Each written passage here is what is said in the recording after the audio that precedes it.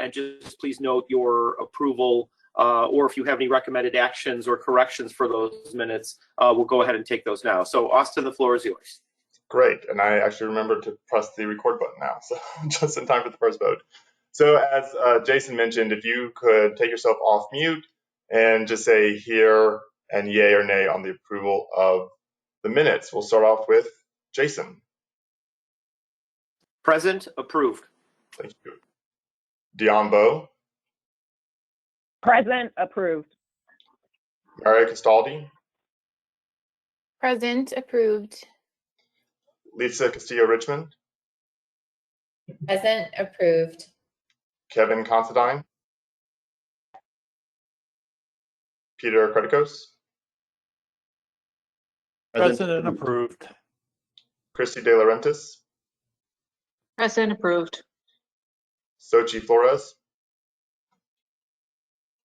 Is Irene on the phone? No. Jonathan Furr. Brian Gay. Present and approved. Terrence Hall. Present, approved. Emily Harris. Michael Horsting. Present and approved. Gretchen Kleinert. Present and approved. Kevin Kramer. Yeah, I'm here, and yes, approved. Great. Marissa Lewis.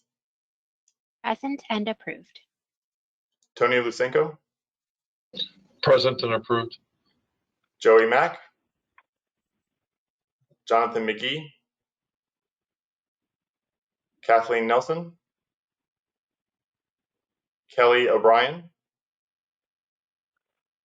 Henry Pierce. Lance Pressel. Doug Pryor. Present and approved. Thank you.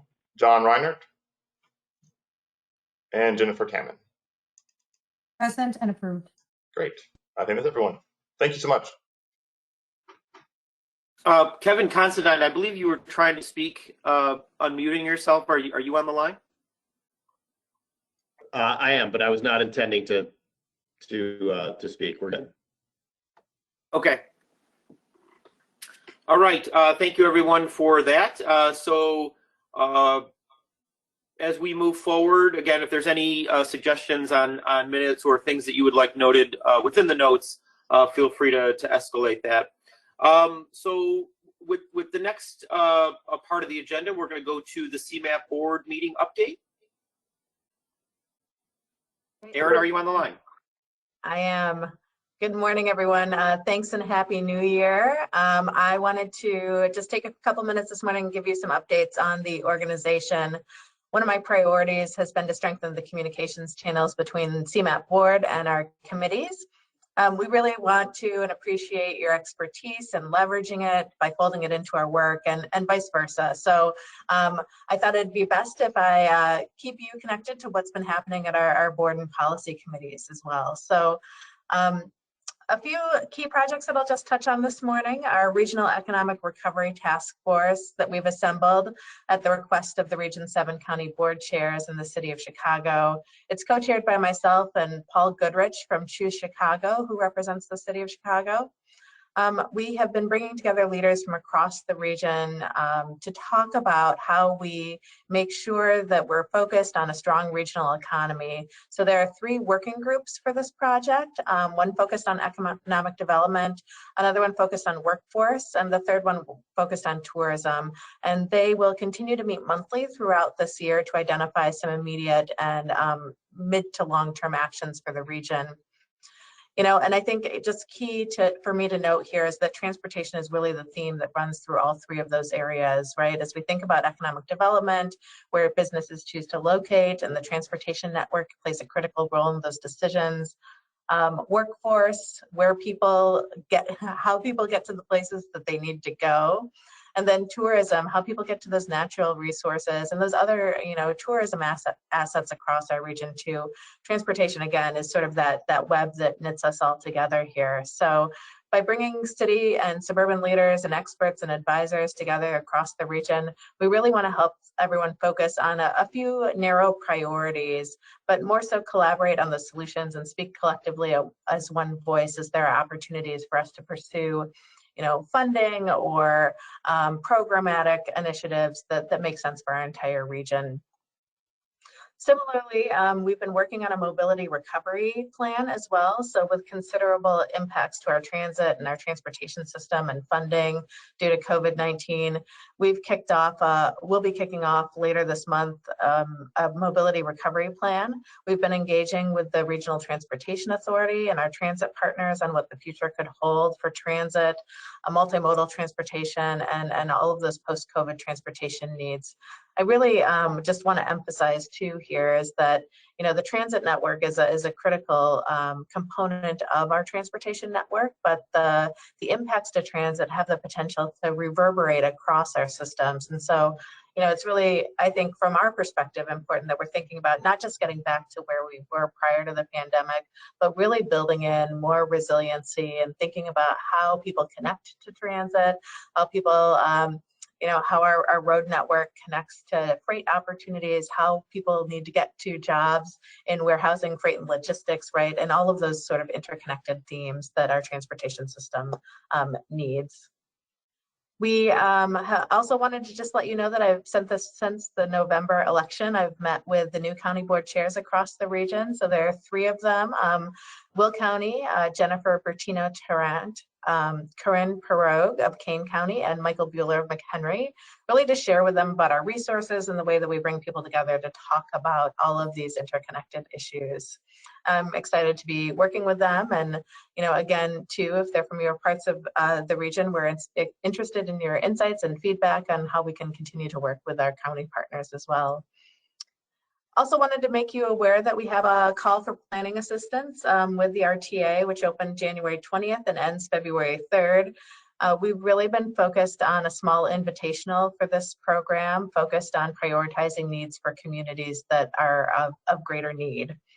So communities will be able to apply for safety-related technical assistance as well this year, which is something that's new that we've been focused on, but developing design studies and action plans to address vehicle, pedestrian, and bicycle safety challenges in their communities. Also thinking about rail grade crossing impacts, intersection flooding, and ADA compliance as well. So sort of a new area of focus that communities can apply for in that program. I'll also just share too that the Surface Transportation Program, or more lovingly known as the STP Shared Fund, is open, as well as the Congestion Mitigation Air Quality Improvement Program. The deadline for applications for those programs ends on March 5th. So those projects, again, can address safety, transit, bicycle or pedestrian improvements, traffic and freight movement, bridge and road reconstruction, vehicles and equipments that utilize alternative fuels as well are eligible. So just the last item of note I wanted to mention to this committee here is that we are placing an increased attention on traffic safety as the numbers of fatalities across our region and injuries continue to rise. We've lacked progress in meeting our safety performance targets, which I believe we have on the agenda as well here today, but correct me if I'm wrong, Austin. But just wanted to make you aware just generally that as part of our commitment to safety, we'll be kicking off a safety resource group that meets later this month. And they're going to be focused on developing a regional action plan to recommend safety improvements through the lenses of equity, engineering, education, enforcement, and emergency services and public health. So we are bringing together members from across the region, across a number of different fields to prioritize actions, build consensus, perhaps develop some new safety tools for our region, and develop resources and policy guidance for our regional partners. So again, looking forward to keeping this committee informed as this work progresses. Safety is something that, I think that oftentimes we take for granted, and I know that our engineering communities are doing, as much as they can to engineer the safest experience that you could have on the roads, but a lot of it is also behavioral too. So I'll ask just from me to you that as you think about getting in your car, that you remain conscious. I've been sharing that I give my phone to my kids so that they can be my navigators from the back seat. They also have learned to text very well through this process. So I guess I'm getting them primed for their own cell phones. But again, it's all of our responsibilities to make sure that we're making good decisions when we get on the roadways. And we certainly don't need to lose any more lives than we already are in this region. So with that, I just want to thank you for the time this morning on your agenda, and look forward to working with all of you in the new year. Great, Aaron.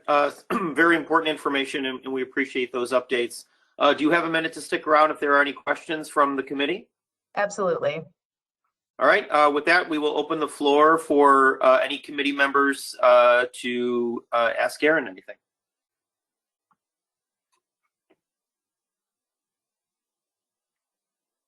All right.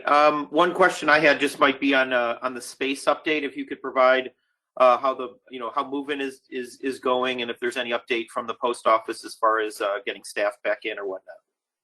Yeah, so the space looks great. We can certainly share photos with the committee. We just shared some with the board. They've just completed the installation of the historic tile through the corridors. So we have, if you weren't aware, the historic postmaster's suite of the old post office. So it's got some beautiful rooms with inlaid wood and whatnot. So we anticipate that it's probably going to be a while before we're all back working in the office. So we're allowing staff, if there's a business need to be in the office, to be in the office. But with schools and not being returned, it's a challenge to get our staff back in the office full time. So I would imagine by fall or so, we may have by summer, we'd have a better idea, and perhaps by fall, we could continue thinking about what it might look like to be back in the office working.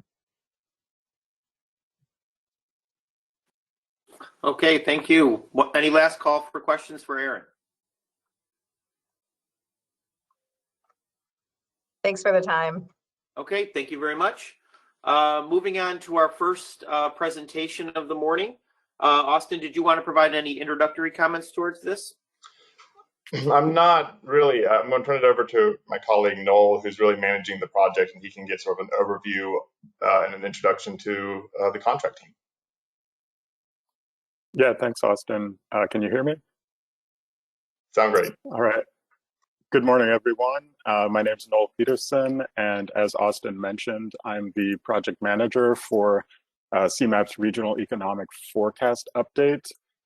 Just to give you a little bit of background before we kick off the presentation, CMAP's beginning development of a new socioeconomic forecast for the ONTO 2050 plan update, which we're expecting to adopt in October of 2022. This update is, the socioeconomic forecast update specifically is one of the required inputs for our travel modeling activities. And at this point, the original forecast we developed for ONTO 2050 is due to the stagnating growth rates of population in the region. It's become significantly out of step with reality, according to the latest population estimates from the Census Bureau. So the 2020 forecast that we developed for the original ONTO 2050 forecast shows a population that's about 500,000 higher than what the Census Bureau estimates say the population was in 2019. So if nothing else, the updated forecast needs to account for that discrepancy. And then there are a couple other discrepancies that have arisen that we're looking to address with an update. So we're beginning with updating the regional forecast, just that, the overall number of jobs in the entire CMAP region, as well as the external areas that we model in our travel models, which include portions of Wisconsin and Indiana, as well as several Illinois counties that are not part of the CMAP region. And then once we have that regional forecast developed, we will use the land use model that we're currently developing to disaggregate those overall control totals to a local level. But that work won't begin for quite a while. So we recently wrapped up an RFP process to select some consultants to help us develop the regional economic forecast.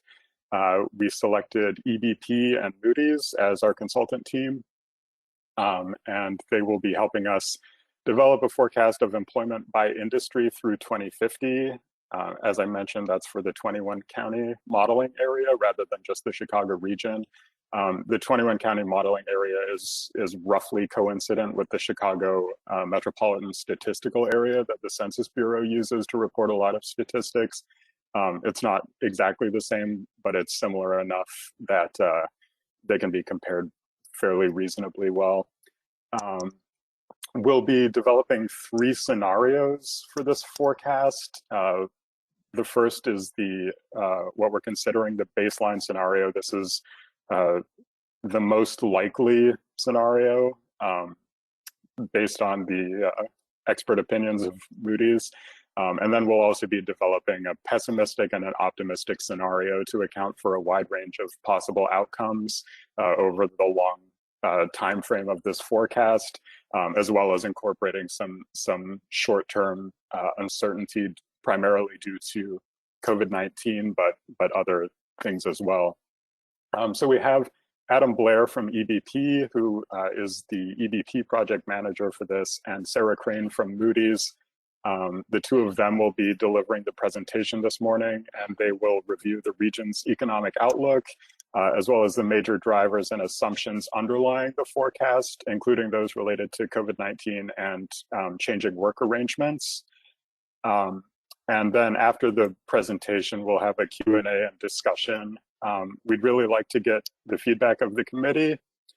This presentation was originally planned to be only delivered to CMAP staff, but the team working on the forecast felt that it would be really valuable to get the insight of people who are a little better versed on issues relating to the regional economy than we are, because frankly, none of us have a lot of subject matter expertise. So we really value your input and your questions, and wanted to give you a little bit of an opportunity to help us shape this project before it really gets underway. So with that, I'll hand it over to Adam and Sarah. Sarah, are you able to share your screen? Just a second, let me make you a presenter. Hi, everyone. This is Sarah. I just want to make sure that you can hear me. Sound great, Sarah. Okay, so I will share my screen so that I can give the presentation.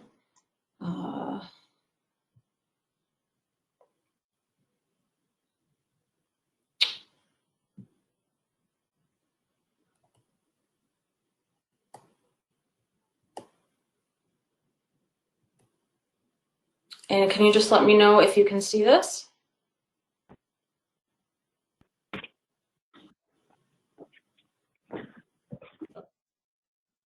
Got it. You got it. Okay. Well, thank you so much for having me here today. I'm pleased to present a Chicago economic outlook for you and to work with you on developing your forecasts. I'm an economist with Moody's Analytics, and I specialize in regional economics, specifically the Midwest, the state of Illinois, and the Chicago metro area. I just want to reiterate that what I'm sharing today is on behalf of Moody's Analytics and not our sister, Moody's Investor Services. So nothing that I say today has any bearing on ratings actions, past, present, or future. So first, I'll dive a little bit into the Chicago economic profile. Among the country's large metro areas and divisions, Chicago is one of the most economically diverse. Chicago's large concentration of corporate headquarters and growth of IT have boosted the professional services industry, which, as this chart shows, makes up almost 20% of total employment in the Chicago metro area. The central location of Chicago and transportation advantages, such as an airport with direct connections around the globe, have made Chicago a hub for distribution and logistics as well, which, as this chart shows, is just 6%, but that is pretty high for a metro area of Chicago size in terms of transportation employment. The leisure and hospitality industry is another big player in Chicago. It has outperformed other parts of the economy over the last decade before COVID-19, of course, brought travel to a halt. Some of Chicago's other strengths are its huge talent pool and strong roster of educational institutions. That makes for a very vibrant collection of industries that make Chicago tick. And on that note, the Chicago Metro Division clocks in above average in our proprietary skills mismatch index. This was a topic that was recommended to address to this group. The skills mismatch index measures the gap between educational attainment of workers in an area or the labor supply with the educational requirements of the jobs or labor demand in a given economy. And this is basically showing that at a level of 100, there's really no mismatch. So the US itself, towards the start of the chart, is slightly overeducated, meaning that educational attainment is higher than the educational requirements of jobs in this country. So to put that another way, there are too few jobs for very educated workers. Now, Chicago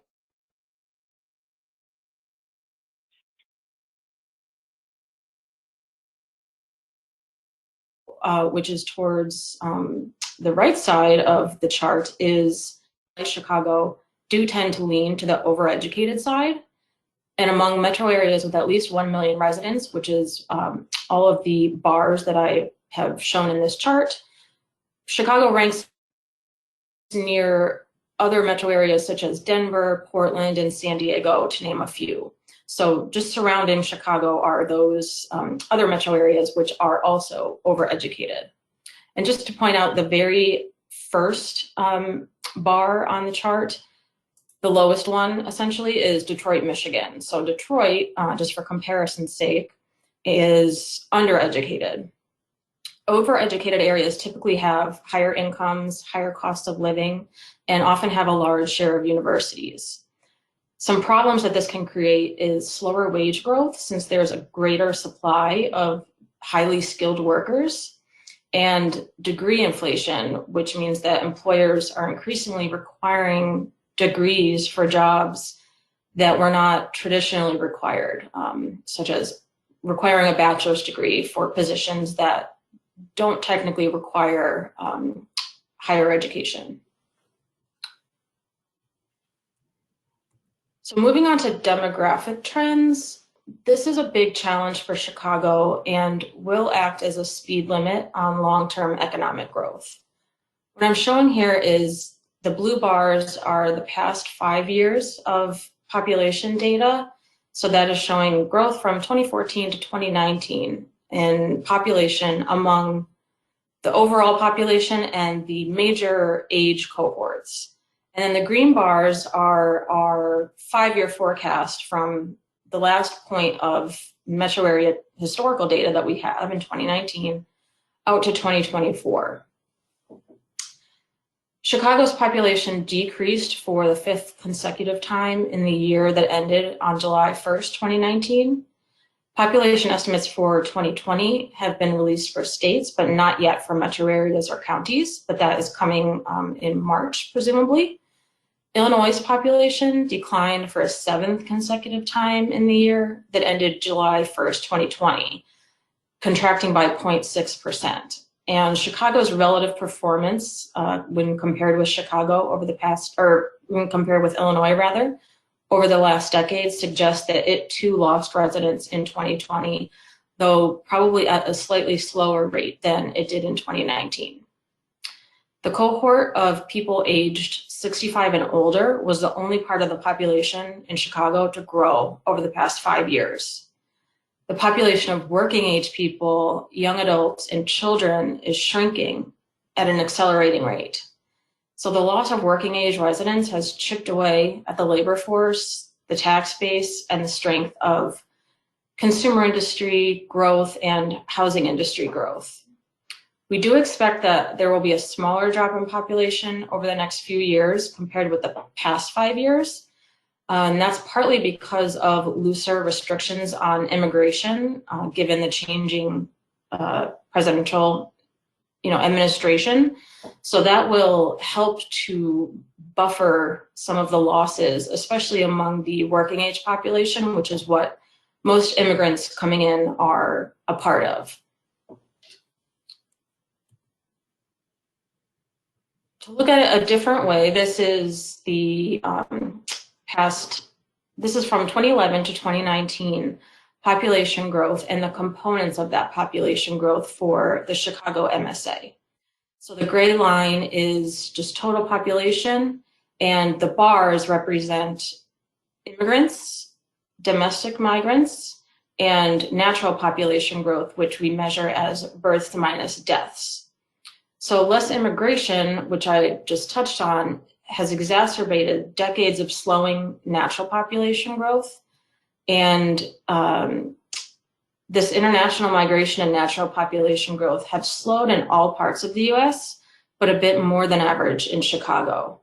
And these positive forces have just not been strong enough to offset the increasing domestic outmigration, which means that more people are leaving Chicago for other parts of the US than coming into Chicago from other areas.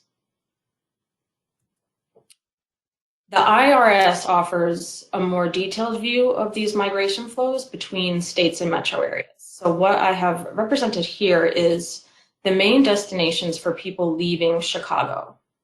Although people are moving to Chicago from these places and all other parts of the country as well, the net effect is listed in the right-hand column here. So I have gathered the top places that are pulling from Chicago in terms of population. The vast majority of migrants move to and from neighboring metro divisions. So that's Gary, Indiana, Lake County, Illinois, and Elgin, Illinois. Beyond that, the pattern reflects a broader pattern of people moving out of the Midwest and the Northeast to the south and western parts of the country. So places like Phoenix, Arizona, several metro areas in Texas, Georgia, California and Washington, Florida. These are just growing exponentially in terms of population, and they're pulling a lot of their newcomers from not only, Chicago and Illinois specifically, but just generally the northern part of the country. And I do want to note that major Northeast metro areas such as New York, Boston, and Washington, D.C. actually do send more people to Chicago than vice versa. So Chicago is a net gainer from a lot of large places in the Northeast. They're just not represented on this chart. So there are some places where Chicago is importing people from, but typically it's exporting people, and these are the top destinations. So of course, happy to answer questions about any of the things I've already talked about once I'm finished with the presentation. So another aspect of demographics that I just wanted to share is the average household size in Chicago. Chicago's average household size is rather high for the Midwest, which has the fewest people per household of the country's 4 broad regions. The Midwest only has about 2.45 people per household, compared with Chicago, which is closer to 2.65. Still, the average household size for most of the country has fallen over the past several decades, and Chicago is falling a bit more quickly along with Illinois, compared with other parts of the country. So now I'll move on to just some recent economic trends and our outlook. Private sector industries in Chicago have navigated the current COVID-19 recession and crisis about as well as the rest of the country. It actually dropped a bit less than the rest of the Midwest and the US during the initial downturn back in the spring. The public sector has fared worse, however, and shows few signs of recovery. The recovery overall has slowed significantly in recent months, not only in Chicago, but in the rest of the country. Surging COVID-19 cases, tighter restrictions by state and local governments, and especially for the northern reaches of the US, colder weather have hurt the job market through December. And we currently only have this economic data through November, but given the drop in employment nationally in December, we do expect that that Chicago and Illinois will have dropped as well and have already done so, moving from October to November. So US employment remains about 6.5% below its pre-COVID-19 level, which we consider to be February of 2020. And as of November, Chicago employment was down 7.3% from its February level. Combined with the US job losses in December, like I said, this suggests that the year ended on a bit of a sour note for Chicago and the rest of Illinois. Breaking it down into the industry level, industry employment categories through November show that leisure and hospitality has badly underperformed in Chicago. Of course, this industry has been the most affected by, all waves of the COVID-19 pandemic.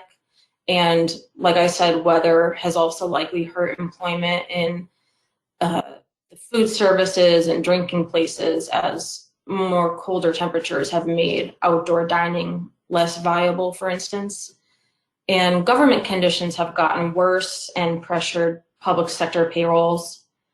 Although states and localities across the US are grappling with lower tax revenues and higher spending needs, Illinois and the city of Chicago are in dire straits because their finances were strained even before the pandemic. Transportation and utilities, which is typically a strong performer in Chicago, has fallen behind primarily because of weakness in air transportation, which has a large footprint in the Metro Division. So that has really hurt that industry overall. There are some encouraging signs in retail and manufacturing, both of which are ahead of the curve in Chicago. Local firms that make consumer durables experiencing strong demand. The auto, construction, and appliance industries are powering demand for steel, some specialty metals, and machinery. So that's been good for not only Chicago, but the state of Illinois, which is more reliant than average on manufacturing. So while the new year has gotten off to a difficult start, it should end pretty well.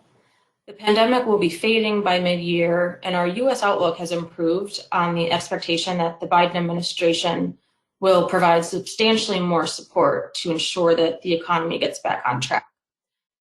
This chart represents our forecast for the US unemployment rate. So we'll start there. That has improved, like I said, over the past couple of months based on the results of the different elections that we've had. We assume that another relief package will become law in March and that there will be another fiscal stimulus later this year fashioned off of President Biden's Build Back Better agenda.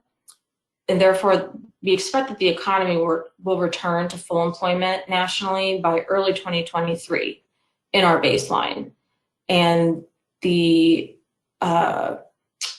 increased optimism nationally does flow down to Illinois and Chicago, which we expect to return to pre-crisis levels of unemployment around the same time as the US. So just to reiterate, the blue line in this chart is our January 2021 outlook compared with the previous couple of months in the green and red bars, or lines rather. Chicago's industrial composition will give it a slight leg up on its in-state peers. What this chart shows is our 5-year forecast for percent change in unemployment. So from now until 2025 Q4. And I've broken it down into the 3 overall categories of employment, which are private service providing, goods producing, government, and then the total. So as you can see, the total shows that Chicago is expected to outperform Illinois overall, but will underperform the Midwest and the US in job growth over the next 5 years. Factory output and job additions in manufacturing will be modest in the next few months, but the outlook over the next couple of years is favorable. So goods producing is a bright spot for our Chicago outlook, which shows that it will still underperform the US, but is going to be better than the rest of the Midwest and Illinois. It's service providing industries, and especially those that are population dependent, that will hold back a stronger recovery. Growth in some industries such as healthcare will grow more slowly in the short term, partly because they took a milder hit in the initial downturn. Other industries that are reliant on local spending, such as leisure and hospitality, are going to take a longer time to come back more generally, and will also have to contend with population pressures in Chicago and the rest of the state. And then government will be slow, and fiscal problems statewide and locally could suspend a meaningful rebound. So it's really that private service providing and government service providing job growth that is going to hold Chicago back when compared with the larger US and Midwest. The extent to which regional economies will grow in the next few years reflects the different depths from which they were emerging. So here I've shown that over the same time period, how Chicago is expected to perform when compared with other very large metro areas and some other metro areas that are neighboring Chicago, such as those in the Midwest like Cleveland, Kansas City, St. Louis, and Detroit.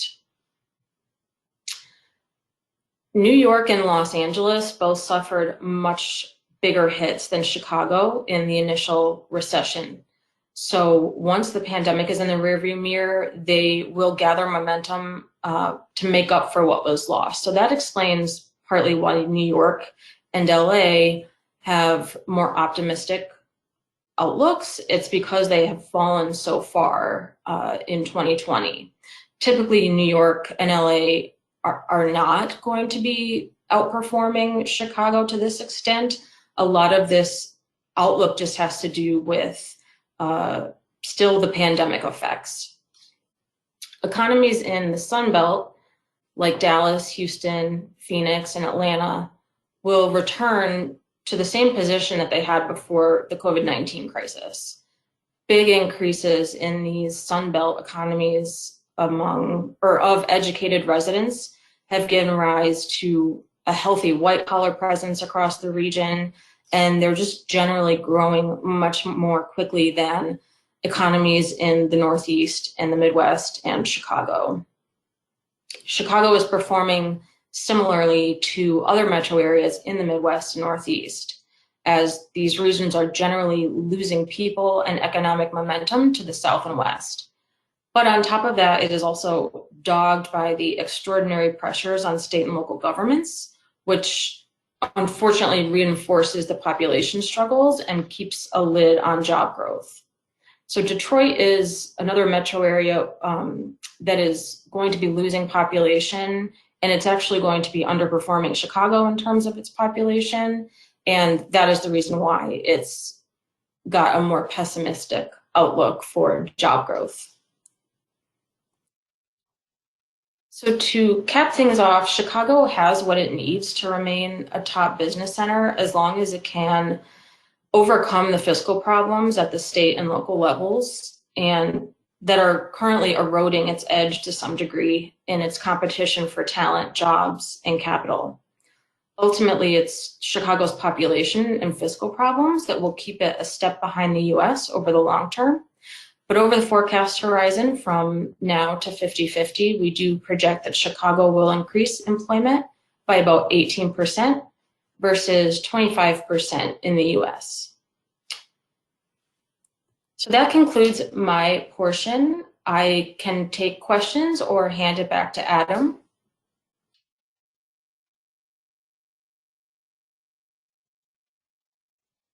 I think maybe it makes sense to just continue with my slides and then we can open it up. I just have a few slides that are a continuation or supplement to Sarah's. So is that okay with you, Nolan, Austin? Sounds great. Okay, great. Let me share my slides.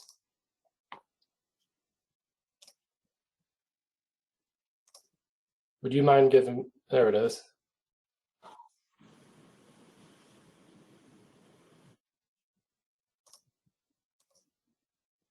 Can you let me know when you can see my slides?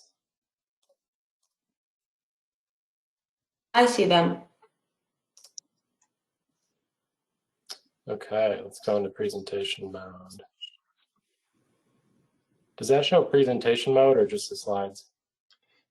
It shows the speaker notes version. Oh, it does. Okay, hold on. Let me share a. We'll do this instead.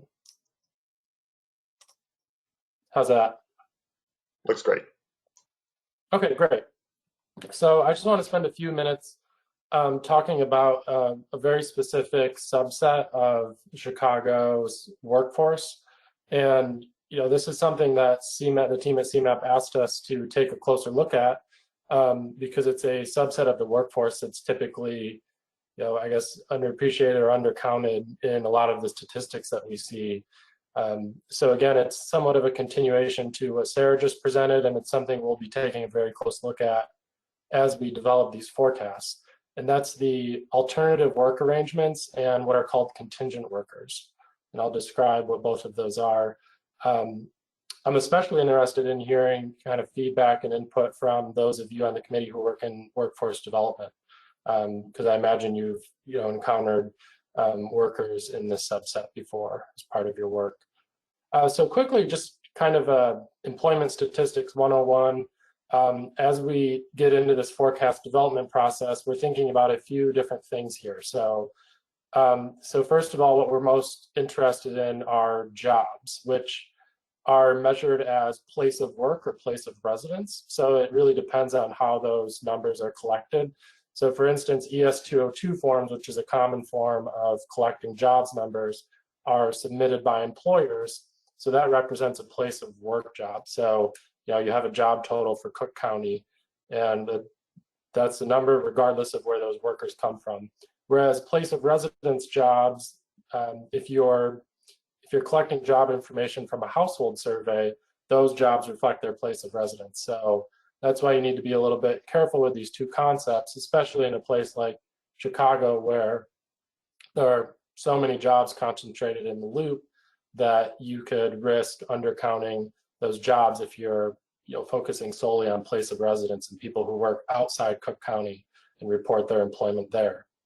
And then if you go a step down from jobs, the subset of the workforce is actually a smaller number, and that's because 6 to 8% of the workforce at any given time, they hold multiple jobs. So that's why you have more jobs than workers. Then going down one more level, when we're developing forecasts, we think about wage and salary jobs versus self-employed. So again, that comes down somewhat to how this information is collected. If your employer is filing an ES-202 form, which they have to do to provide you with unemployment insurance, then you're counted as a wage and salary worker. Whereas if you're reporting your work through a household survey and you're self-employed, you'll be counted by government bodies as a self-employed worker. Then it kind of goes down from there, and you have some other categories based on if your business is incorporated or not, if you're a household worker who's paid a wage and salary, or you're paid under the table or unpaid, for instance. So one thing, CMAP wanted us to look into, which is pretty unique for, for an MPO and kind of the economic development team to want to look into this, is alternative work arrangements. So this is kind of a technical term for a few different job categories. And, our understanding since this project got started is CMAP's interested in this subset of the workforce for a couple of reasons. There's the very practical reason of just wanting to know which industries these workers work in for the purpose of their travel modeling, as Austin Knoll described earlier. And then there's more of kind of a policy interest in knowing, what's happening with this subset of the workforce that, we don't often, capture accurately or discuss and, as part of policy discussions when we're talking about workforce interventions and industry growth and things like that. So there are a few categories here. There are temp workers who are workers paid by a temporary help agency, whether or not their job is temporary. So they're paid by a help agency, they're placed in, the offices of different employers. These days, most likely work from home, but used to be where you'd go to the temp agency, share your resume, then they place you in an employer for a couple months up to a year or more. It really depends.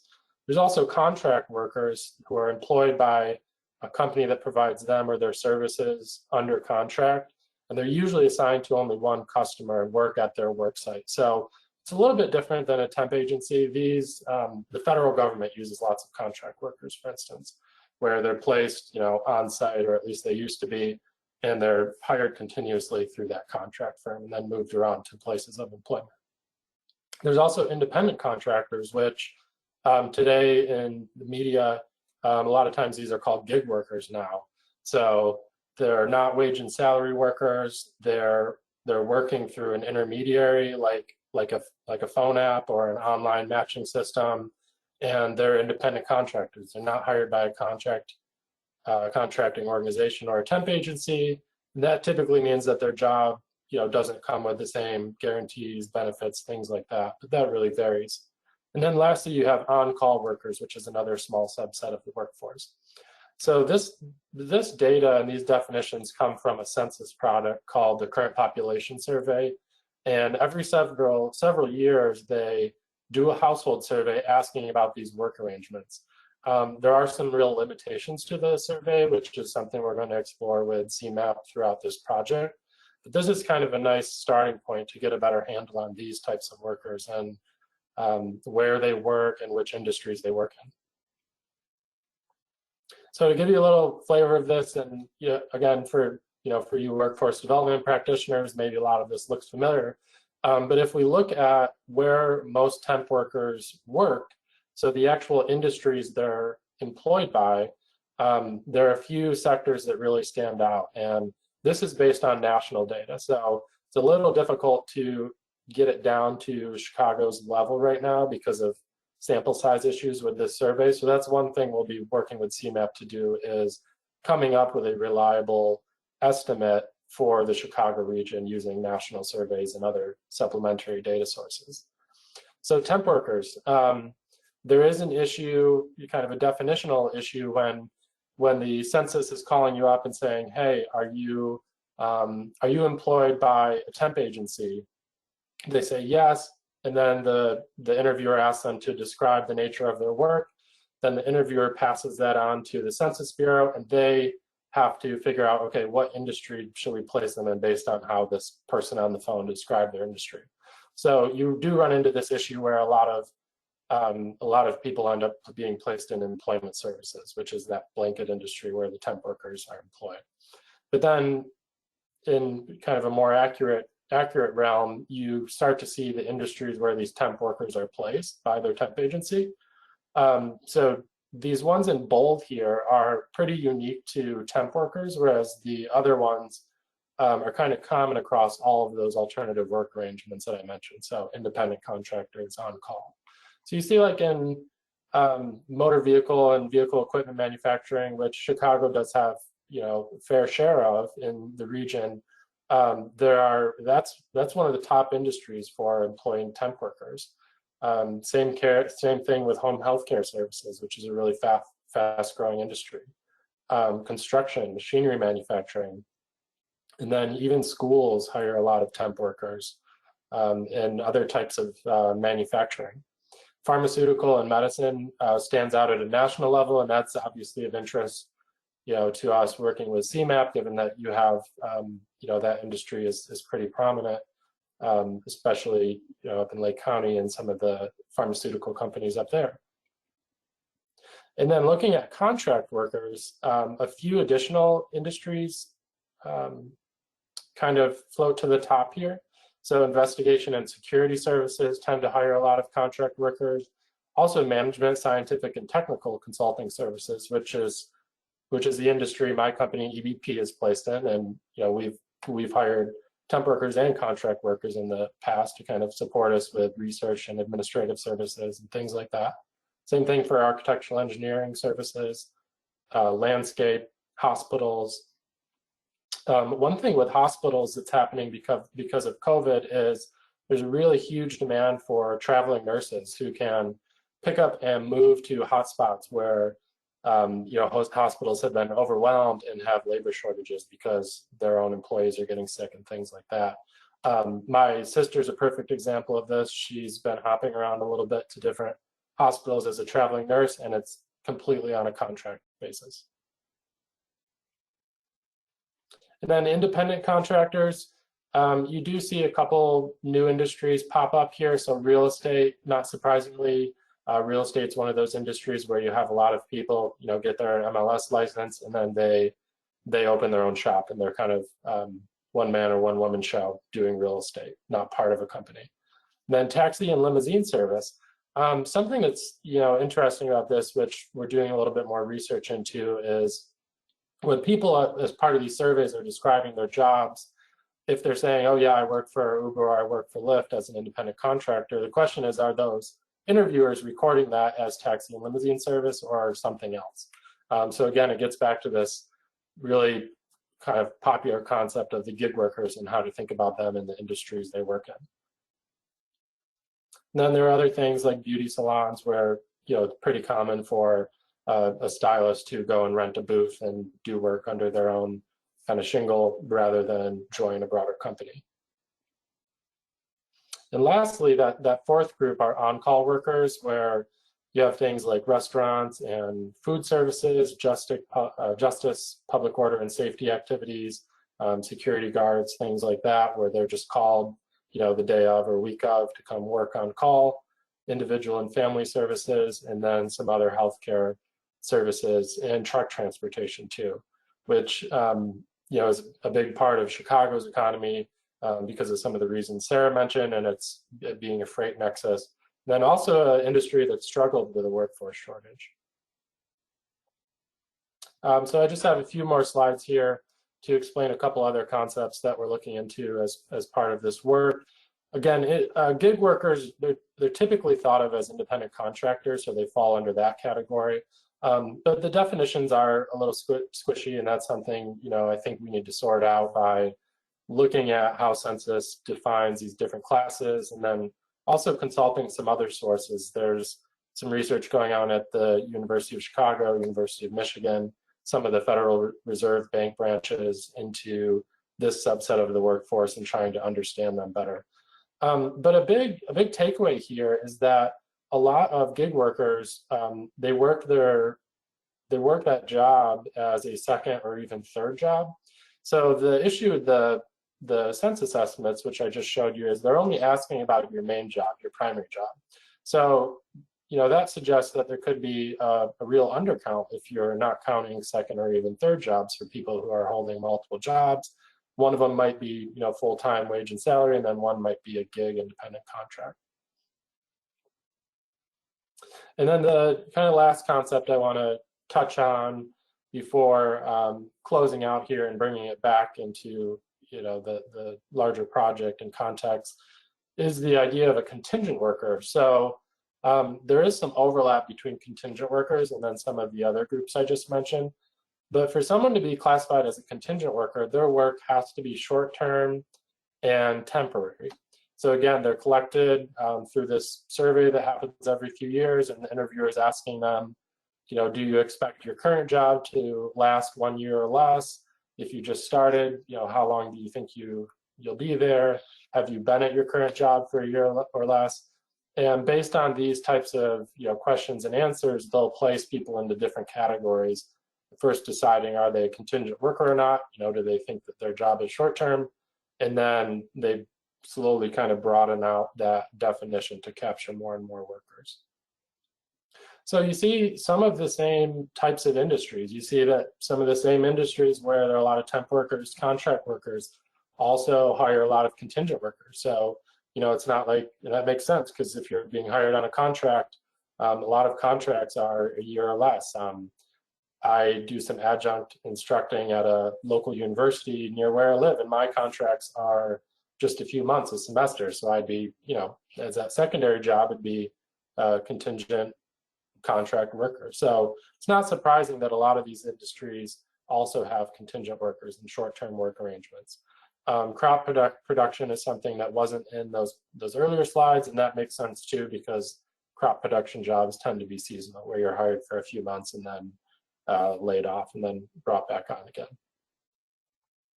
So I did want to just kind of show you all at a high level what's happening with some of these sectors that I called out. So a lot of those industries, as you saw, are in healthcare. So healthcare is one we want to take a really close look at and say, what's the nature of these jobs like? How many of these jobs do we think are alternative work arrangements? How many are short term? Because it's really important to take a look. And this is for the Chicago MSA. It's using some of Moody's forecasts, their baseline forecast. And you can see that industries like individual and family services, and that's things like social work, nonprofit social work, things like that, are really taking off. That's a really fast growing sector in the Chicago region. Same thing with home health care services, outpatient care centers to a lesser extent. So again, these are industries where we know they're growing really fast. They're going to be drivers of Chicago's employment growth, and they also have high shares of these unique work arrangements that we need to better understand. And then similarly for manufacturing, these are some of the manufacturing sectors that I called out in those prior slides. You have machinery, pharmaceuticals, medical equipment, and then truck transportation, which is kind of related to manufacturing in the freight sector.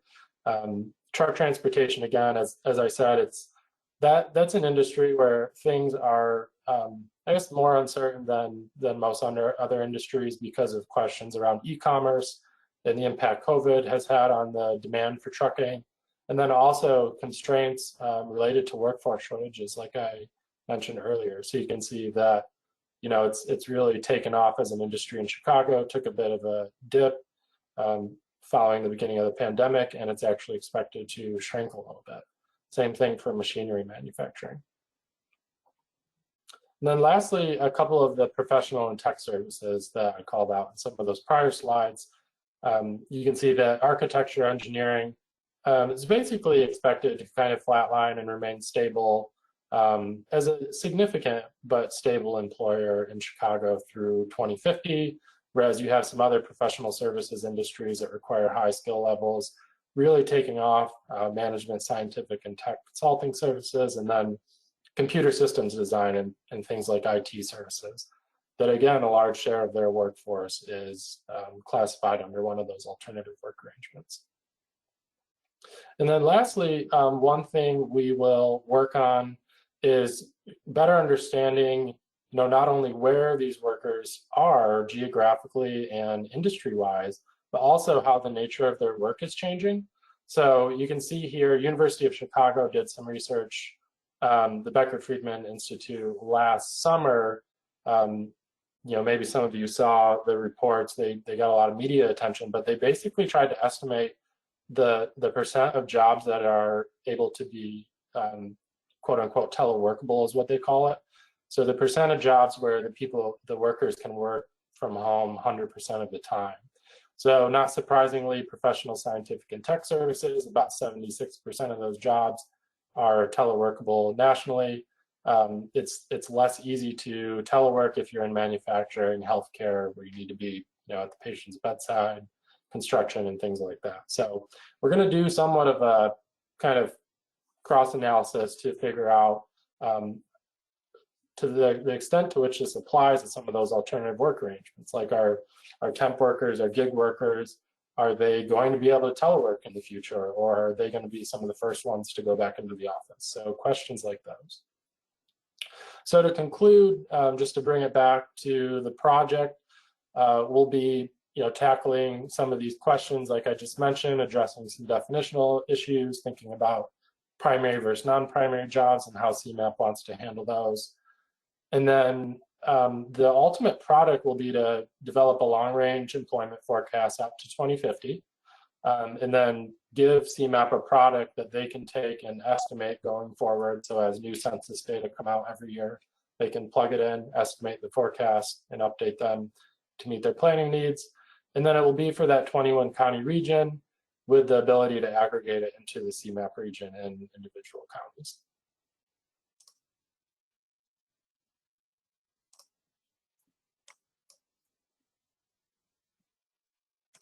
All right, this is Jason. Thank you both for this information.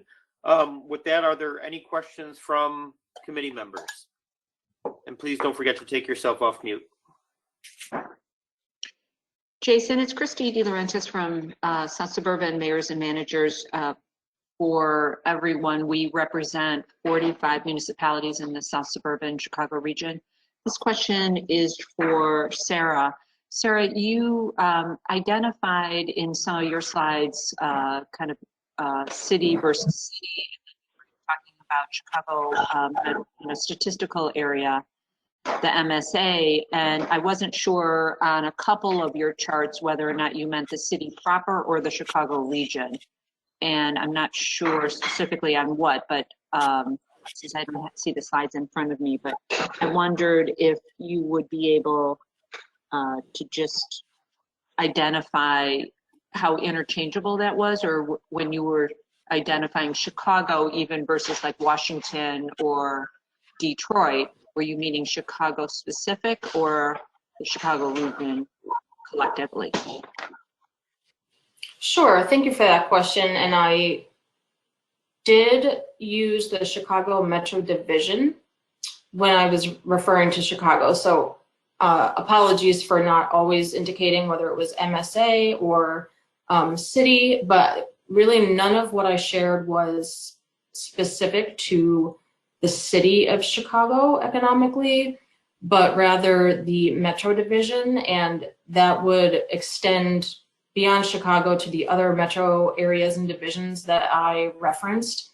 It would have been either the Chicago or either the Metro Division, and for example, New York, Los Angeles, and Washington, D.C. are all considered metro divisions in my analysis, and smaller, and Detroit falls into that category as well.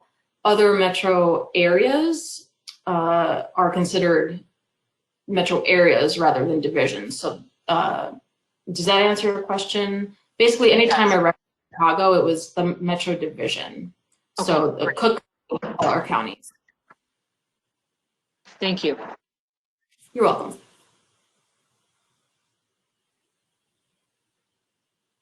I have a question. This is Marissa Lewis from the Chicago Cook Workforce Partnership. And I guess I'm thinking this mostly as a question for Adam, but it could apply to Sarah's as well. But as you think through sort of the labor market in these different categories going forward, I understand completely what you said about the challenges of working with the current population survey, and kind of bringing that down from a national level gets complicated. The smaller the sample size you look at.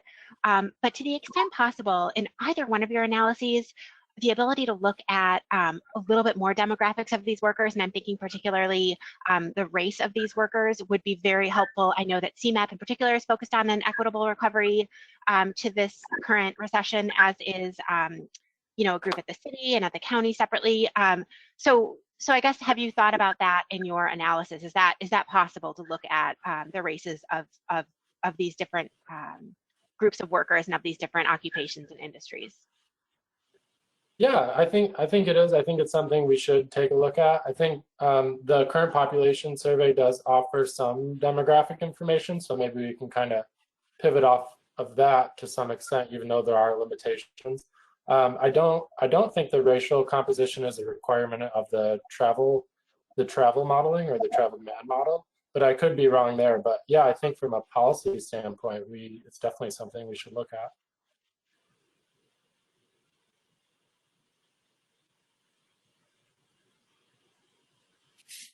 I have a couple quick questions. This is Peter Kretikos.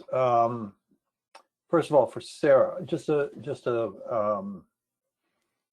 question about just sort of diving further into the data. So are you going to be able to, well, I suggest that you look a little bit more deeply into the demographic composition of particularly in and out migration groups, both in terms of race, gender, but also in terms of education. Because one of the, at least the, sort of seat of the pants observation is that just looking at some of the differentials as I've seen it in terms of the growth of population, there has been a gain relative to other groups of whites into the Chicago metro area. Whether in fact that's true is another question, but at least in terms of the first quick looks I've seen that that's the case. The out-migration has tended to be more African-American. But then also what is the sort of the educational component? And then more particularly also, is there a differential in terms of gender? So are we gaining or losing men versus women? So those are some of the outstanding issues for me. They particularly the gender side tends to be understudied in this for this kind of context. And so, I don't expect you to have answers now, but it's something I'd like to put on your radar.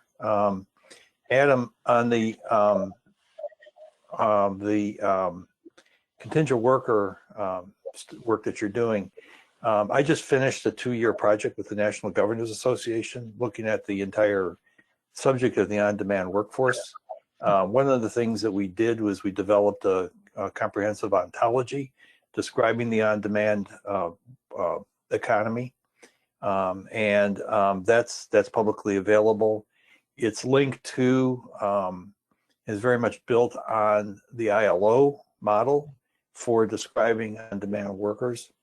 That was the basis for the ILO was so that countries could have a common set of definitions in which they can report data. So the hope is that the data alignment will go with that. And then finally on the CPS, just one of the quick observations on that is that one of the real shortcomings of the CPS is that it's a household survey. So you're asking one person to respond to the entire household.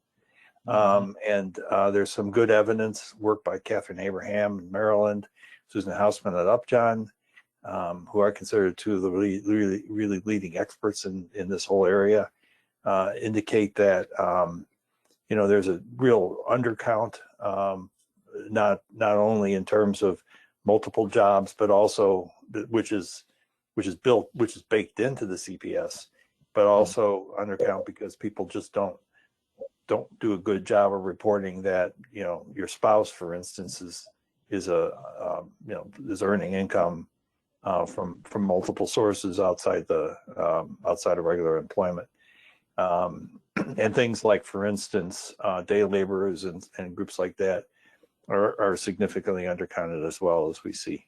So just some points, but Austin knows how to get a hold of me, and if you're interested in looking at some of the work that we did with National Governors, I'm happy to connect you to that.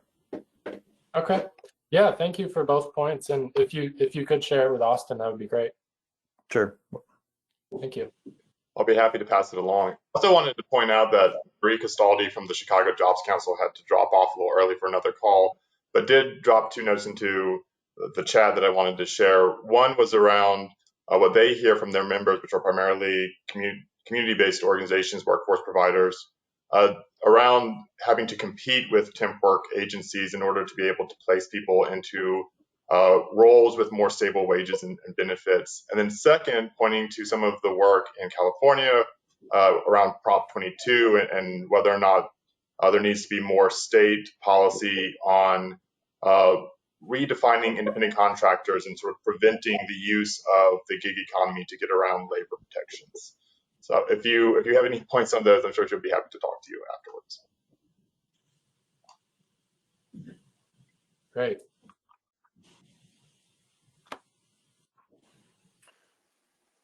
And if Irene, if you were still on, if you'd like to make your point or just read what you had in the chat. Sure. I would just encourage CMAP to consider integrating an equity lens in all of the projections and modeling so that we can see the impact on race, gender, ethnicity across the 7 counties. I think, there's still, people forget about the suburbanization of poverty and how that may be happening in the region. And also just really understanding where the hardest hit communities are so that appropriate policies can be developed. And I also concur with the Chicago Job Council's comment about kind of the use of temp workers to avoid investing in employees. It's definitely an issue in manufacturing. And sometimes manufacturers may say they can't find the talent they need, but that's there's multiple dimensions to that issue. Okay. Any closing comments? Noel, I don't know if you wanted to close us out on this part of the agenda.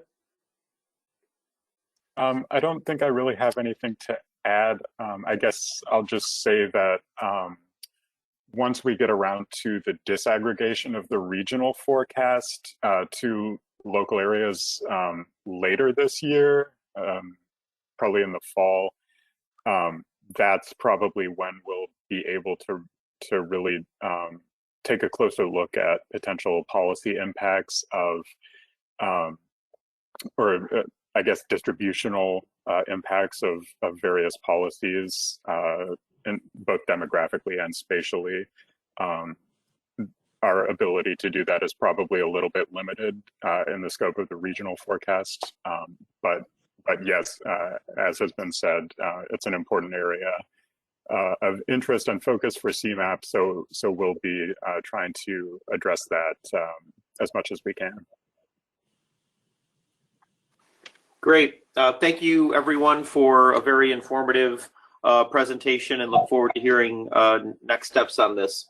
So without further objection, why don't we move forward to Jason, who's going to bring us through on a climate multi-year implementation plan. So Jason, the floor is yours. Great. Good morning, everyone, and thank you for having me.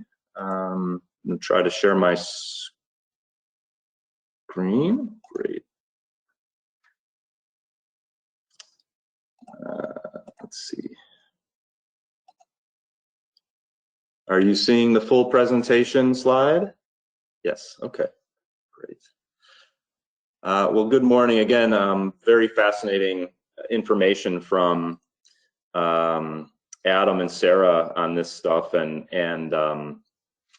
particularly as it relates to intersections between macroeconomics and workforce and some of the climate content that I'm going to present today.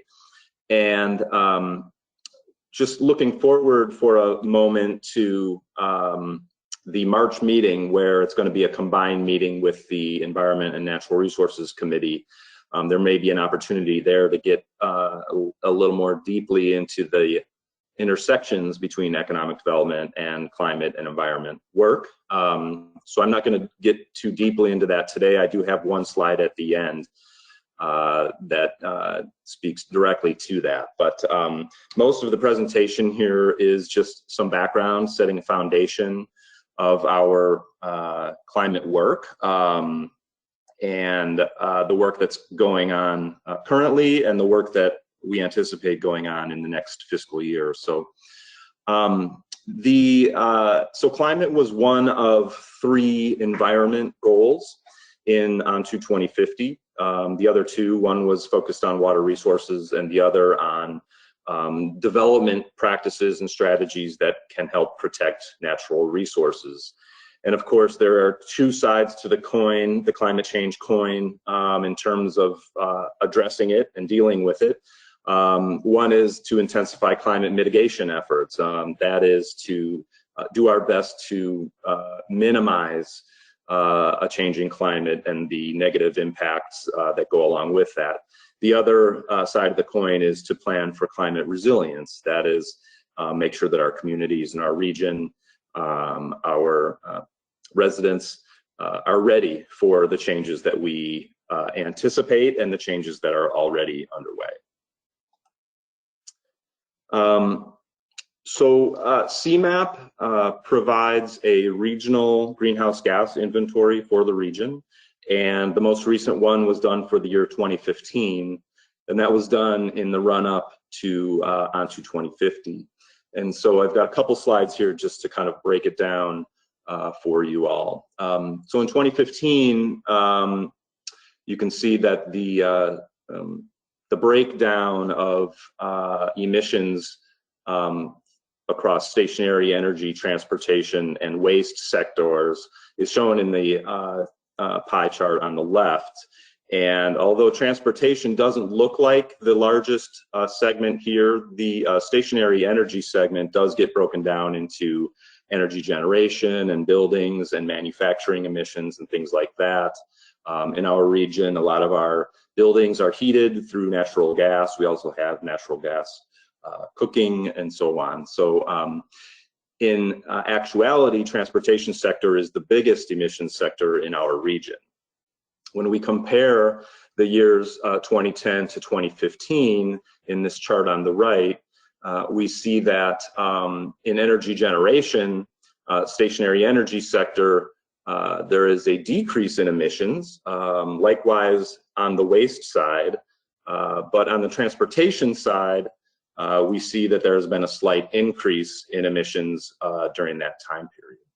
So if we unpack that a little bit, we see here on the left that on-road emissions makes up the vast majority of the emissions in the transportation sector, followed by off-road emissions, railways, and then aviation and waterborne navigation are very small. And if we again look at the change from 2010 to 2015, we can see on the left, on the right graph, that on-road emissions have more or less remained flat. And that's sort of similar to railways and others, but we see that the off-road emissions increased slightly over that time period.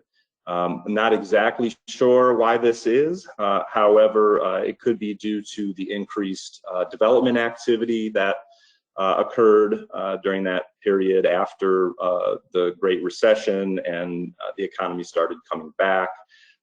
It may also be due partly to increased intermodal transfers of freight from one mode to another, which would be captured in this sector. Not exactly sure, but in any case, we did see an increase in the off-road emissions slightly. As part of Onto 2050, we also did some pretty basic projections of greenhouse gas emissions between now and 2050, and that's shown here in this graph.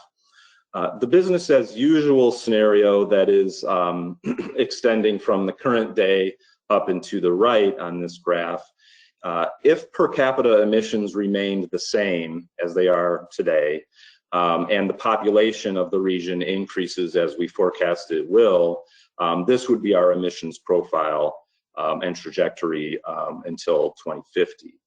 The current trend line, which is the black line, the middle line on this graph, if emissions continued to decline at the same rate that we saw between 2010 and 2015, this would be our trend line through the year 2050. And then the green line is where we would like to be. That is the trend line that will take us to a stabilization goal.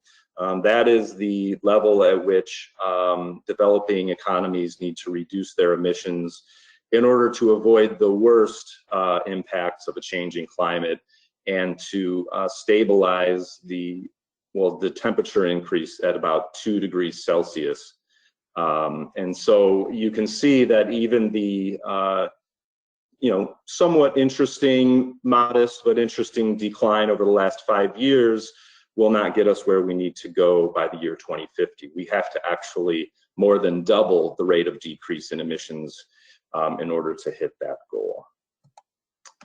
I think we're all aware of the changes to the climate that we are facing and that we are already experiencing. And this map on the right shows by mid-century and end of century the type of climate, a comparable type of climate that we might experience. The orange colored states are the low emissions scenario, and the red colored states are the high emissions scenario. So if we don't take any action by the end of the century, we may have a climate that's more like south central Texas than the climate that we have today. And of course, we're already seeing these changes. The annual average temperatures in the state have increased by 1.5 degrees. We have seen an increase in the number of 2-inch rains double over the last century.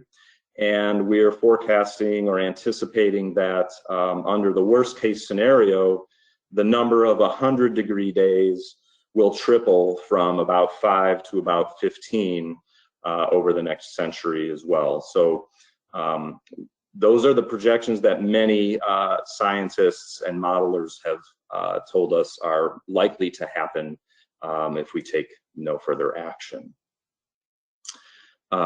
Now, we are working on climate today, and we have been in the past as well. We have done some work such as providing guidebooks for municipalities. We have done a couple of strategy papers in the run-up to adopting onto 2050, one on climate resilience and also one on energy. And more recently, we produced a guidebook in partnership with the American Planning Association to help local governments and planners use climate data in their own decision-making at the local level. However, after adopting onto 2050, we, as a leadership team at CMAP, did some strategic thinking, some strategic planning, and identified 3 priorities that we were going to work on in terms of implementing onto 2050 over the next 5 years. That happened last year, and soon after that, we identified some projects that we would work on during this current fiscal year. And those are the projects that you see on this slide. These are the 5 discrete projects that we're working on currently. The first project is multi-year implementation planning. So we are doing some research. We are reaching out to stakeholders and our peer organizations in order to create some pathways for action over the next 5 years. So this work is underway, and I'll show you a few of the results of our research in just a moment. The second project here is transportation mitigation strategies. As a transportation agency, we know that the transportation sector is an area where we can have perhaps the largest impact. And so we are now examining the various transportation mitigation approaches that could be taken by a region such as ours. And we're modeling those. We're going to run those through some scenarios to try to understand which ones would be the most effective at reducing emissions and which ones may be the most feasible. The third project, climate mitigation and adaptation technical assistance. This is a project in which we are trying to develop strategies for helping local governments address mitigation and adaptation within their communities. And so we will have some additional tools for doing that developed this year and next year. The fourth project, climate data inventory and refinement. This is a project where we're trying to understand what climate data or what data that's related to climate planning we have, or data that's available in the region that we would want to make available to our constituents and our partners. And so we're looking at that and inventorying that and trying to understand how we can get that out to those partners. And then finally, greenhouse gas emissions reporting and performance monitoring. While we have done some air quality modeling, and we do it every year, that's related to our conformity work, we have not traditionally or historically modeled our greenhouse gas emissions, but we are going to start doing that this year. And so we are looking at the ways that we might do that, how our peers are doing that, and what we should be doing in terms of monitoring, modeling, and reporting going forward. So a little bit of feedback on some of the work we did for the multi-year implementation planning. We did connect with 27 of our peer organizations. Those are mostly MPOs, but also some of the cities and counties that are associated with large cities. And these are some of the things that those peer organizations are doing. And these things are some of the things that we are doing as well. Vulnerability assessments, so how vulnerable are our communities or the region to the impacts of climate change. Many of them are doing greenhouse gas inventories just like we have, but what we're learning is that doing those at a local scale, or at least breaking down our greenhouse gas inventory so that we can provide information at the municipal scale, would be very helpful to those communities that want to take some action in this space. Obviously, a focus on transportation mitigation strategies is a big one. Some of the MPOs are working on building decarbonization strategies. Virtually all of them are working on partnerships to expand impact. As we know, CMAP has a limited amount of power, shall we say, to implement its plan, and we rely on our partnerships in order to move the region in the direction that we think it ought to go. And then finally, resource sharing is a major enabling action that is sharing tools, data, guidebooks, things of that sort.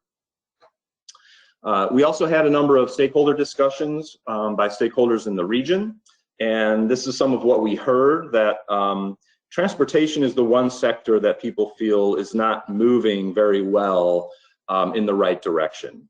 The energy generation sector is, building decarbonization sector is, but transportation is not. When we did dig into transportation more directly, we heard that electrification is probably the top strategy that gets mentioned in terms of how we are going to reduce emissions in that sector. We also hear about transportation demand management, land use, mode share, and other things like that, but electrification is mentioned the most often.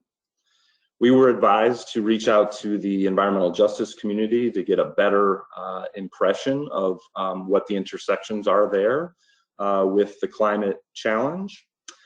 We heard that locals are short on resources, knowledge, data, and guidance, and really could use some support in that area. And then finally, there's no climate champion in our region, like there was, for example, back in the Daley administration. Mayor Daley was champion for the environment. Since change in administration at that level, there's really been no champion, either locally in the city of Chicago or regionally on the climate challenge. As far as our role, some of the suggestions from stakeholders you can see here. These are things we already normally do. So, you know, it's not that surprising that these are the things that came up, but providing data, providing monitoring, facilitating conversations, helping communities in whatever way they need, either to be more resilient or to help with mitigation strategies and so on. So these are the variety of things that they suggested we could be doing more of. Final slide here before I get to a brief intersection of climate and economic development. This is what we're projecting for our work plan for next year. So as I mentioned, we're creating pathways and work plans for 5 years out. And for next year, FY22, which starts July 1, We're going to continue the 5 projects that we have underway right now. Those are the projects here that are in white. And we're planning to add 3 new projects. We're going to update the greenhouse gas inventory for the year 2020. We may actually do this for the year 2019, since 2020 wasn't a very representative year due to the pandemic. But we will be doing another update to that greenhouse gas inventory. We're going to start working on a regional transportation vulnerability assessment to try to understand which assets and which areas of the region are vulnerable to things like flooding and increasing flooding. Some might be vulnerable also to heat stress and things like that. So we're going to embark on that project. And then finally, our new project will be on the electric vehicle infrastructure system. This is something that we feel, and we're hearing from our partners at the regional and the state level, that we need to make sure that there is an infrastructure in place in order to be ready for the mass adoption of electric vehicles that we anticipate is coming in future years.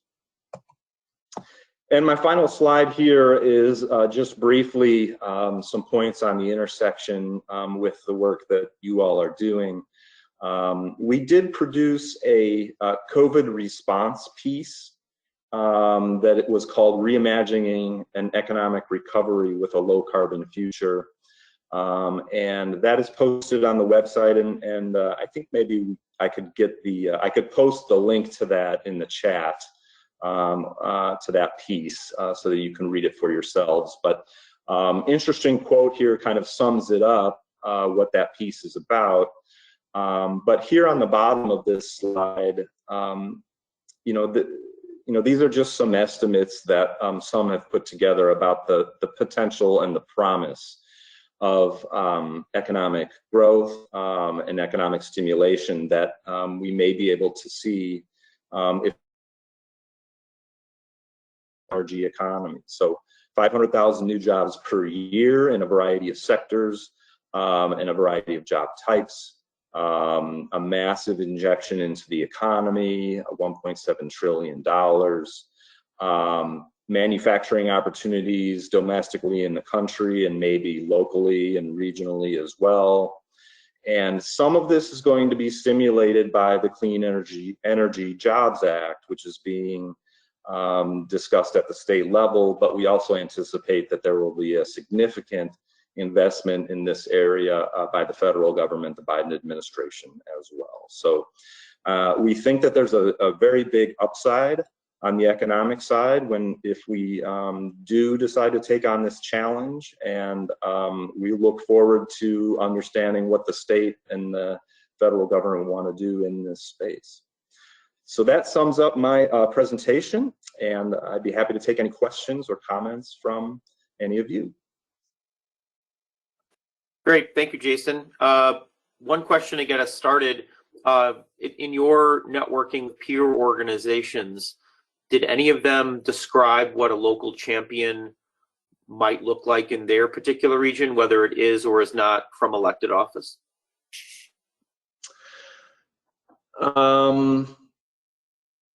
No, not really. We didn't get any good suggestions, Jason, about what that looks like. Mayors of big cities, it's typically that they will serve that role. I think it's possible that CMAP can take a lead role in the transportation space and be that champion. I don't think we would be the champion for all of the sectors, but in the transportation space for sure, we could take a more visible and proactive role, I think. Great, thank you. Any questions from committee members? I don't so much have a question as a comment. Good morning, Jason. Good morning, everybody.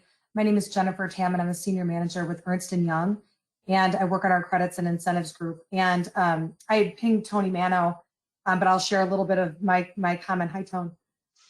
With everybody. I've been doing more work in the solar and renewable space, along with electrification of vehicles. And I'm sure if you haven't already looked at this, I think there's a lot of great things that are going on. frankly light years ahead of what Illinois is doing. If you look at the Carolinas and California, there's a lot of really great programs and great partnerships. And I'm happy to share some of those examples that that we're aware of or that we just think are kind of good, some best practices that we're seeing as it relates to things that I think, and I agree with that, CMAP could be a champion on, and trying to connect communities, the region, counties with setting up infrastructure, supporting infrastructure, political and otherwise, to support, you know, what's needed. The other piece, though, that I think is really important, and I'll be very interested to see how the state moves forward or not with some of this, is in incentives. You know, when we think about setting up grid and solar and renewable, you know, places in, you know, kind of in, you know, out in the county space, obviously not in urbanized areas, but excuse me, areas that can support this type of development to get to that green grid that everything's going to kind of run after. And we've done a lot of comparative analysis in terms of operating cost burden between Illinois and other states and kind of what that competitive landscape looks like. So I know I'm a little bit all over the place, but I thought this was very interesting, and we're happy to, you know, to kind of share again some of those best practices or just other markets where I think that there's some good things going on. So I could work that through Tony or Austin, but just wanted to share that with the group. That's great, and thanks, Jennifer. And just quick comment from me. You know, we tend to huddle with you know, the partners who we've worked with you know, over the years, and not necessarily the private sector or the financial sector as well as maybe we should be. So I welcome a conversation with you, and if you want to bring others into it as well, I think we could learn a lot from each other. Totally agree. I think it's a two-way street. So thank you. I'd be happy to help. Great.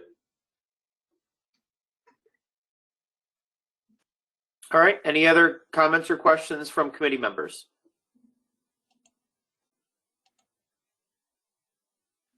All right. Thank you, Jason. Moving forward, I believe Kelsey is going to walk us through the Fox River Corridor Plan through LTA. Kelsey, the floor is yours. Great, thank you. Just trying to share my screen. Austin, I think you may need to set me as a presenter, possibly. Okay, cool.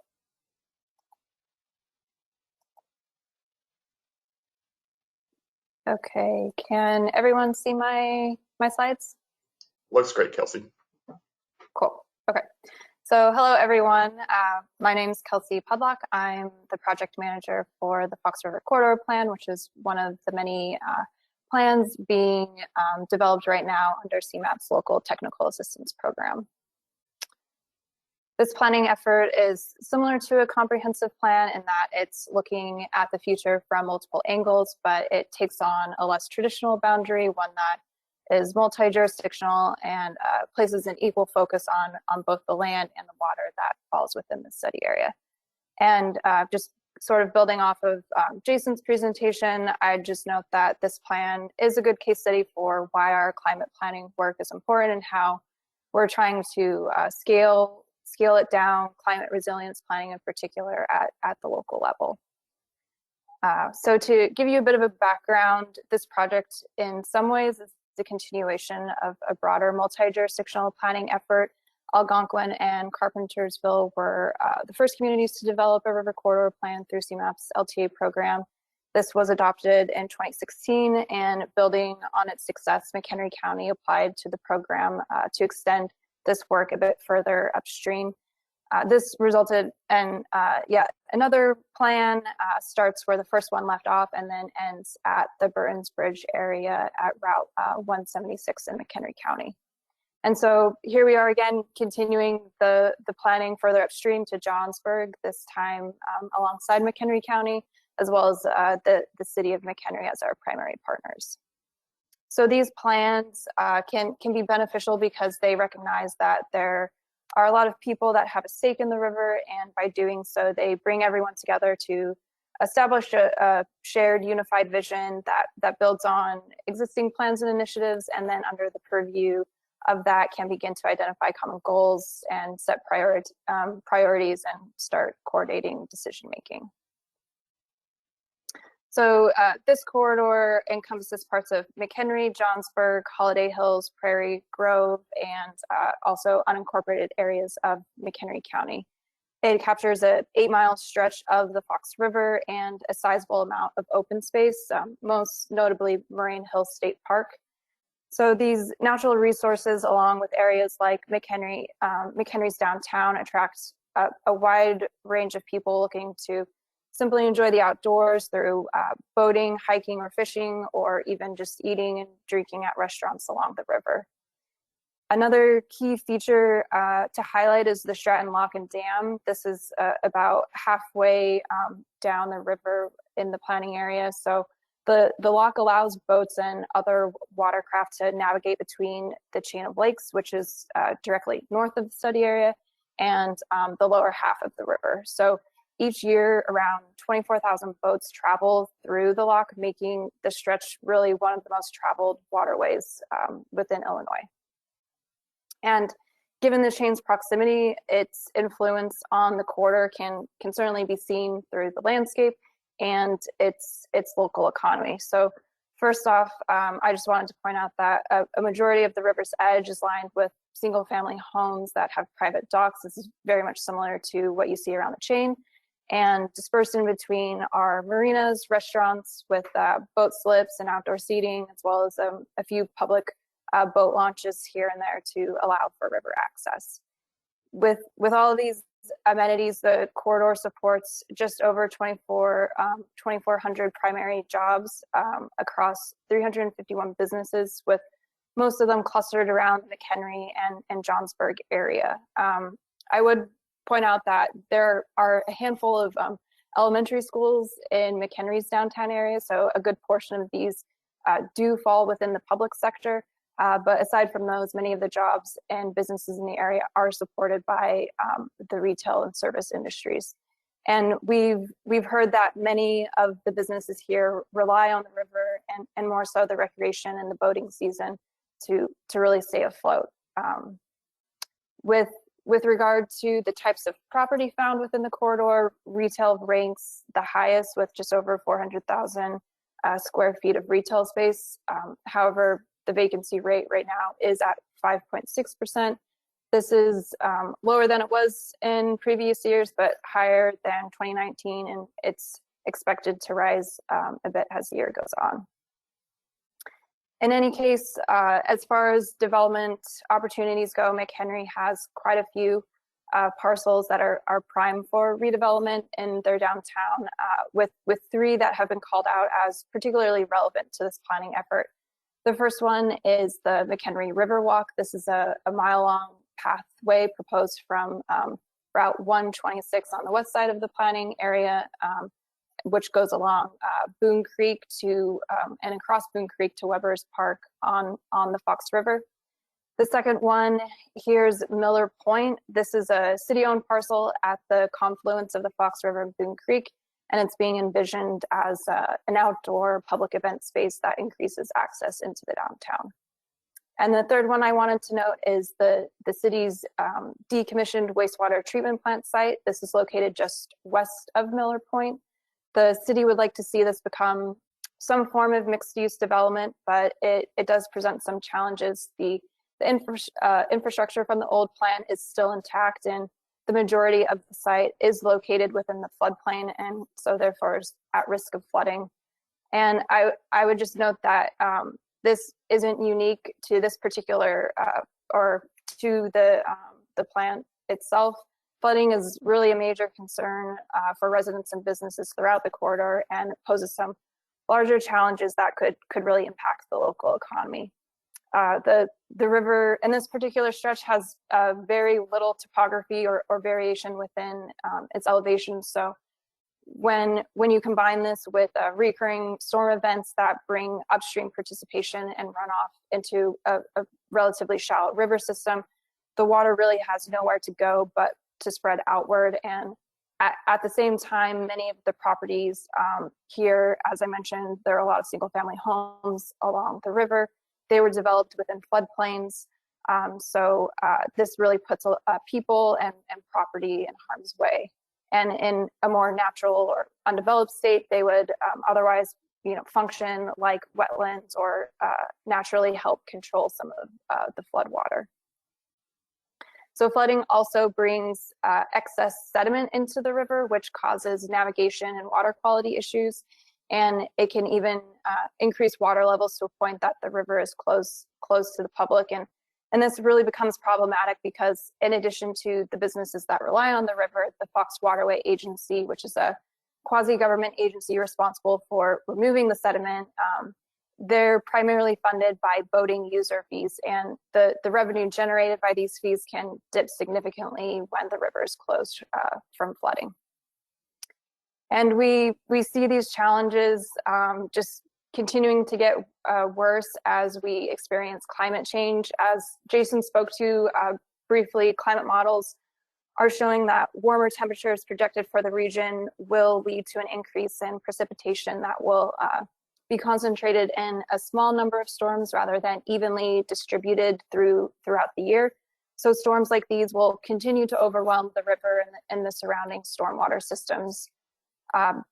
These are just, some of the things that we need to take into consideration as we're thinking about economic development for the corridor. So earlier this month, we wrapped up with the plan's existing conditions report that highlighted many of these challenges. And just last week, we held a couple of public visioning workshops. So at this point, our next step is to write the key recommendations memo, which will outline what we'll be including in the draft plan. So as we try to find a balance between economic development, recreation, and the protection of the river, these are some of the economic development focused strategies that we're considering for the memo. So first off, we'll want to look at shifting vacant land to open space. This would help further or prevent further development of the floodplains and could put communities in a position to restore them and improve them so that they can naturally absorb and control floodwater. There's also potential to promote tourism at a more localized scale, possibly through wayfinding and coordinated marketing strategy. There's the Visit McHenry County and McHenry Area Chamber of Commerce, which are both really about supporting local businesses and promoting tourism. So there certainly seems to be an opportunity there. And in the event that development does occur along the river, we'd like to point communities, particularly McHenry and Johnsburg, to riverfront development guidelines or development standards that take flooding, climate change, and river ecology into account. So we know that there are guidelines out there. The city of Chicago, for example, has some for the Chicago River, so we can certainly look to those to help look for opportunities to help them. And lastly, McHenry and Johnsburg have been taking steps to improve connectivity and the overall safety and walkability of their downtowns, which will inherently help boost economic activity and improve the corridor's overall quality of life. So we'll want to support and advocate for the continuation of these reinvestment efforts as well. So with that, here are some questions that are still running through our heads, and as we start drafting the memo and crafting that out, I would just pose these questions to you, and I'd welcome any feedback you might have, and also happy to answer any questions. And I would also just add that, my background is environmental planning. I'm certainly not an expert when it comes to economic development. So if there's really anything here that we're missing or should be considering at this time, certainly open to any suggestions.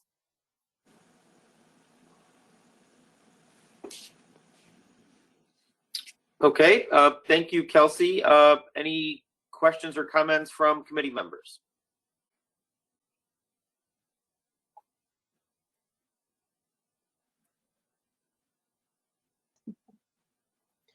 I will say that from CMAP's perspective, this is a particularly interesting project at this moment because the committee has traditionally more focused on export-oriented industries and on a more regional level to sort of understand the pressures on our economic base, as some of has pointed out by the Moody's and EBP presentation earlier, but I think this pandemic in particular has sort of pointed out to us that there is a need, I think, for this committee and some of our others to really think about the very local, service-based, non-export-oriented industries that we also have to be supporting through land use policies, through regional tourism, through some of the other points that Kelsey pointed out. And appreciate her taking the time to talk to us today about it. Austin, if I can just share some information for Kelsey, since she asked the question about other regions. The Chicago Southland is partnering or has been long involved in the South Suburban Economic Growth Initiative. And one of the primary focuses that were identified for our region was this concept of like a green playground with all of the network of trails and forest reserves and ancillary economic development potential, how to capitalize on that. So currently underway is really an analysis of this right now, and how can we start putting plans in place that support really that, again, kind of green playground concept, but more broadly resiliency and some of the other broader goals. So just wanted to share that with you. It's there's some information already available, and I'd be happy to share that with you, and then direct you to the Southland Development Authority, whose charge this is to kind of bring this to fruition. So SSMMA is a partner in it, but we're not the lead. We are doing some transportation related work, but we're trying to capture this. So interested in your presentation today to see the applicability for us in the South Suburbs. Thanks, Christy. Yeah, I think there's certainly a lot of projects currently that are out within the region. You know, going back to sort of the Chicago region, there's the Ag Rivers Initiative and the plan that the city and MPC led a few years back. There's also, you know, downstream of this area, you do have Aurora, Elgin, Algonquin that have done some work of reorienting themselves on the river and sort of using that river as a way to improve and boost their economy. So I think there's certainly some projects that we can turn to and for best practices. Yeah. Hi, this is Irene. I just want to add in, tying it back to Aaron's comments at the beginning, but I was in one of the regional recovery conversations, particularly related to tourism, and actually kind of outdoor recreation, green tourism is one of the assets that the region can really promote during COVID and post-COVID, and is sometimes overlooked. So that was something that came to mind as you were talking about just the Fox River as a regional asset. And sometimes I think in Illinois, we overlook some of these natural amenities. Yeah, we certainly heard that throughout our outreach. People were, you know, when I mentioned the idea of having a coordinated marketing strategy or using wayfinding, a lot of people that live in the corridor aren't necessarily aware of what it can provide and has to offer. So some, you know, simple things that just communicate what those amenities are can really help this area and just the region, I think, at large. And Kelsey, this is Jason. To close us out in the interest of time, has there been any steps to secure funding from FEMA through flood mitigation assistance or any other federal entity thinking about brownfield redevelopment for that former wastewater treatment area? So for that particular site, I don't think there has been any funding secured yet. The city is in the process of seeing if it can be technically moved out of the floodplain. And I think that would just sort of help with encouraging people to develop it from a more mixed use standpoint than more of a open space or a public space similar to how the Miller Point across the Boone Creek to the north is being developed. As far as FEMA's involvement, I know the county is certainly open to floodplain or buyouts within the floodplain, but with this being a wastewater treatment plant, I don't think it really falls within the same bucket for funding under that program. Okay, thank you. All right, moving along in our agenda, do we have any other business for the good and welfare of the committee?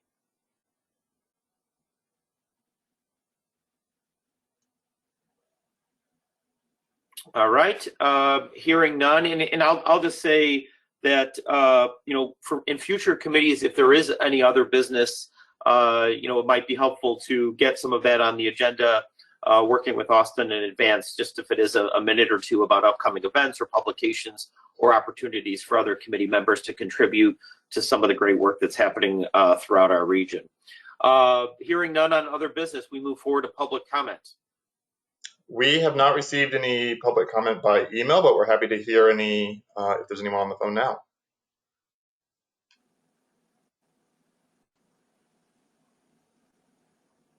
Nope, I don't think so. All right. All right. Austin, any other announcements? Oh, there, I was going to say next meeting will be March 22nd. So one step ahead of me. Again, if there's any agenda items, I know we're going to be joint with another group there, but if there's other comments or things that need to be brought forward. So Austin, any closing remarks? No, I don't think so.